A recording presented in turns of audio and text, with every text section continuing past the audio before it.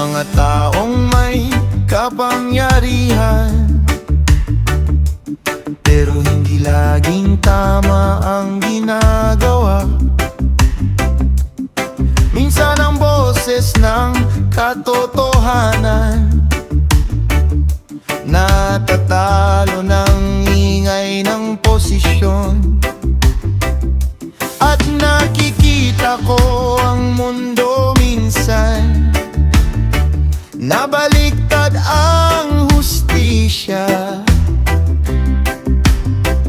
Pero sa gitna ng gulo at ingay, may tinig kang hindi nawawala.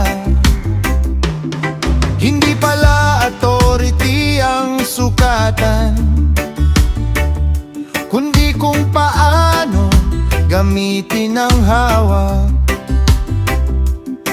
Kung nagiging makatarungan ba o sarili lang ang pinapakinggan. At habang mas naiintindihan ko ito, mas gusto kong maging tama sa choices ko. Kahit walang nakakakita sa akin, ikaw pa rin ang titingnan ko.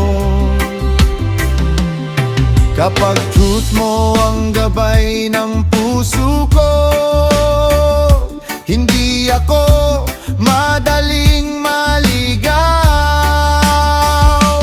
Diyos ko, kailangan tama ang direksyon sa bawat desisyon na ginagawa ko. Kapag may confusion sa paligid ko, katotohanan mo ang kakapitan ko. Kailangan tama ang direksyon, hindi lang para sa sarili. Sa bawat hakbang at responsibilidad ko, ikaw ang standard ko.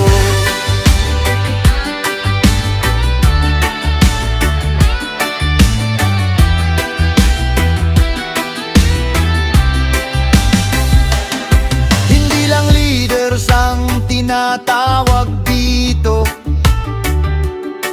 kundi bawat isa sa amin. Dahil araw-araw may choices tayo na humuhubog sa kung sino tayo.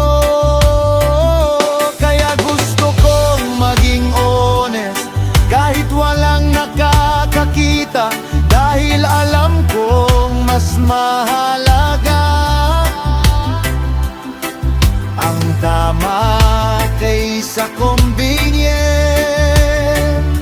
Kapag ikaw ang standard ko sa buhay, hindi ako mawawala sa landas. Kailangan tama ang direksyon sa bawat desisyon na ginagawa ko. Kapag may confusion sa paligid ko, katotohanan mo ang kakapitan ko.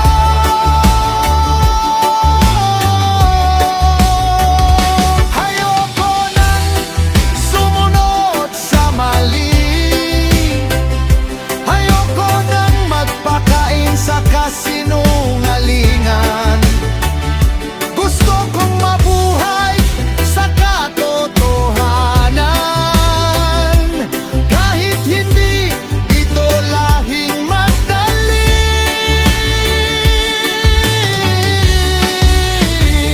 Kailangan tama ang direksyon sa bawat desisyon ng buhay ko.